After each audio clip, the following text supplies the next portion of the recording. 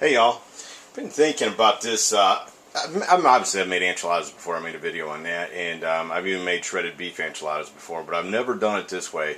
I've been sitting around thinking, and I think I come up with something that's going to be pretty good. I wanted to have you here experimenting with me to see if it worked or not. But what we're going to need, or what we're going to make, is shredded beef enchiladas. And what we're going to need is some good roast. I got a sirloin tip roast there, and some corn shells, an onion. I got some Anaheim peppers. I got some jalapeno peppers. I'll be honest with you. I wanted some poblano peppers too. You could use green peppers, red peppers, any kind of peppers you like. But the store I went to didn't have any. It's so hot outside that I couldn't drive around looking for them. So that's what I settled with. Got some El Paso enchilada sauce there, commercial stuff. Some Rotel tomatoes and two different kinds of cheese. I've got sharp and I got mild cheddar both. And then I got a little V8 juice. And what I'm going to do is I'm going to cook this roast in the crock pot. I'm going to take the roast, I'm going to add the V8 juice, I'm going to cook it in that, I'm going to slice the peppers up, put the Rotel tomatoes in there, put the onions in there, probably put a little garlic, salt, pepper in there, and I'm going to let it cook in a crock pot. I don't know how long it's going to take. I guess it takes 5-6 hours, something like that. But however long it takes, your cookbook with your crock pot says that's how long you're going to cook your roast. Depending on size, that'll matter too. The size of the roast will matter. So anyways, that's what I'm going to do. Let me get some things cut up, get it put in a crock pot, or I'll show you putting it in the crock pot so you know how I do that, and we'll get this cooked up, make some enchiladas. Alright, so this is the insert out of my crock pot. I got the roast in there. I put some non-stick on there. You want to spray that real well, obviously. Just to show you the chop of the vegetables there. I got 4 cloves of garlic, got those peppers, and got those onions. And what we're going to do is we're just going to scoop those in on top.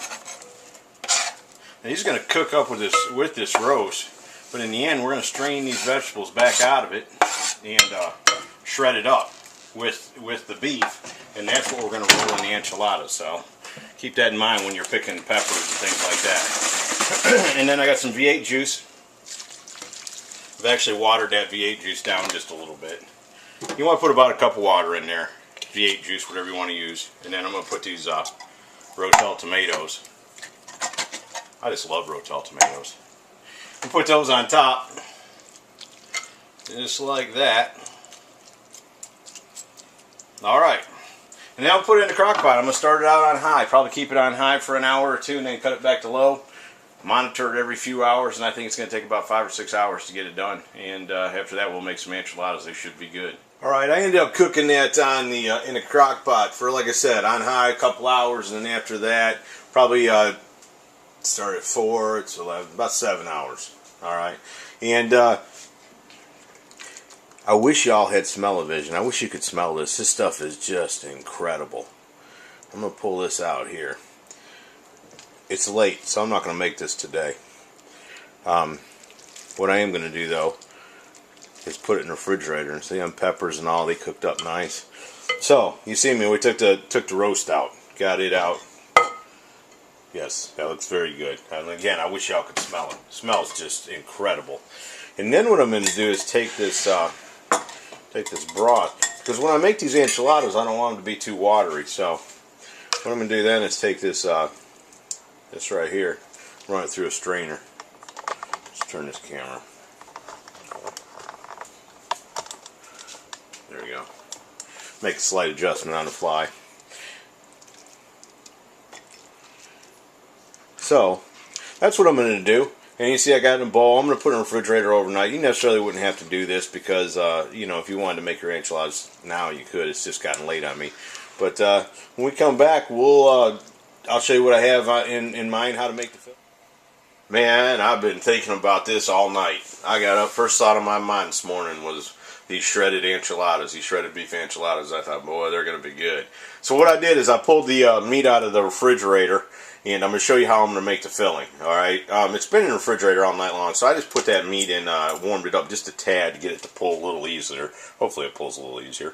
But you got a big chunk. I want this thing in about half, to be honest with you. So, get a real knife, be prepared, but cut it in half because I don't want that long of strings. You know what I'm saying? And I don't want it to, you take one bite and you pull all the meat out of it. So cut it into some chunks like that, and then just get you some forks, pull it apart. And you can see I didn't heat it up. I just put a little warmth into it just so I could get it to pull a little easier. And I don't want any big chunks because, again, I got small corn tortillas. If you could find bigger ones, then you could probably get away with a little more. But just want to shred it up real good. This stuff smells so good.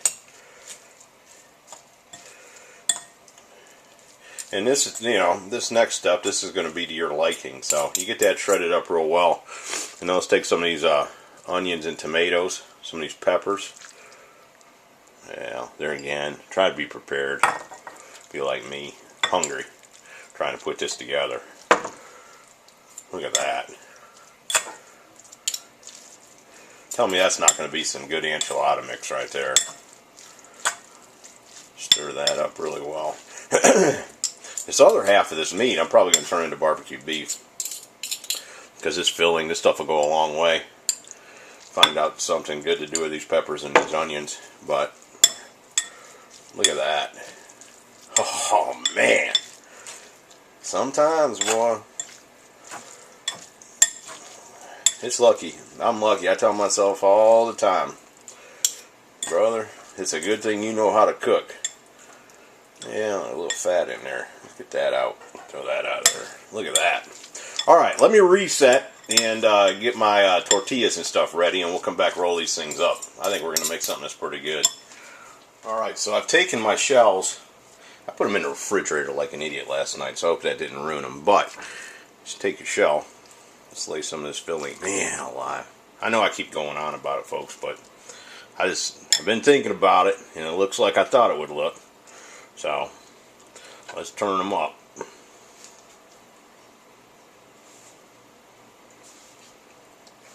And that's all you're going to do. Like I said, I put them in the microwave just for about a minute with a wet paper towel, just to get them a little bit softer.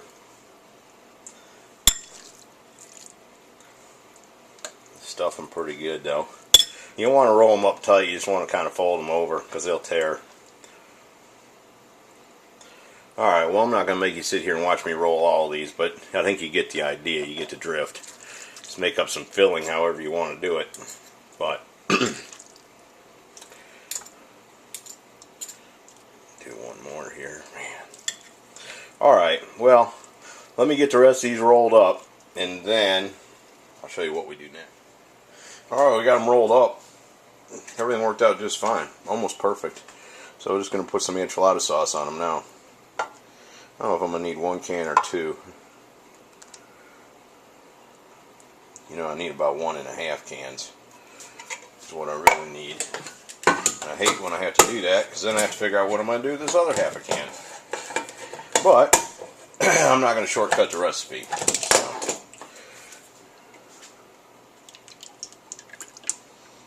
I want some enchilada sauce covering all of it. We ain't in no restaurant where they're trying to make a budget. There we go. That looks good. And then, you know what the topper is. It's a little product that makes everything taste better. No, not sour cream or ketchup. Cheese. And this is some of the mild cheddar.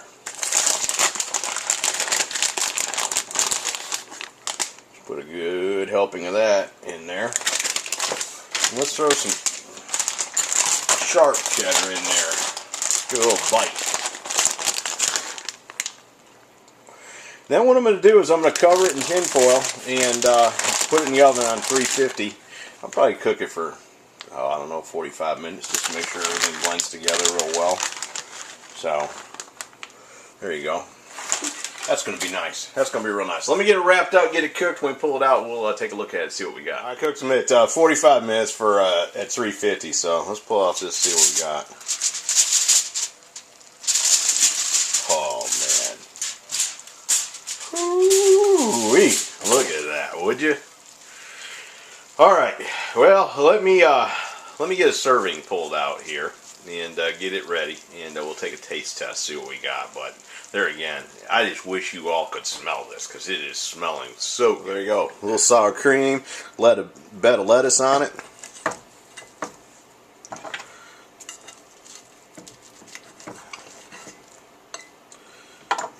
Let's try this stuff here.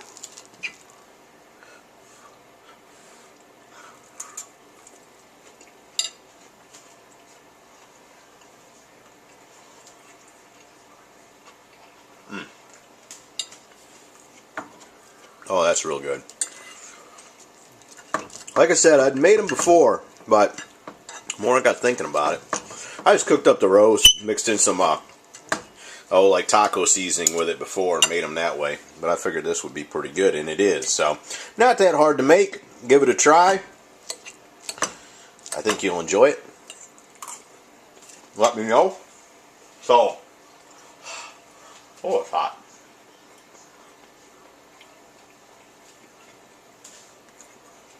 There you go. Give it a try, folks. It turned out really well. And the nice thing is, I'll probably get 3 or 4 meals out of that. So, anyways, hope you all are having a good day. Hope you enjoyed it. Thanks. Bye-bye.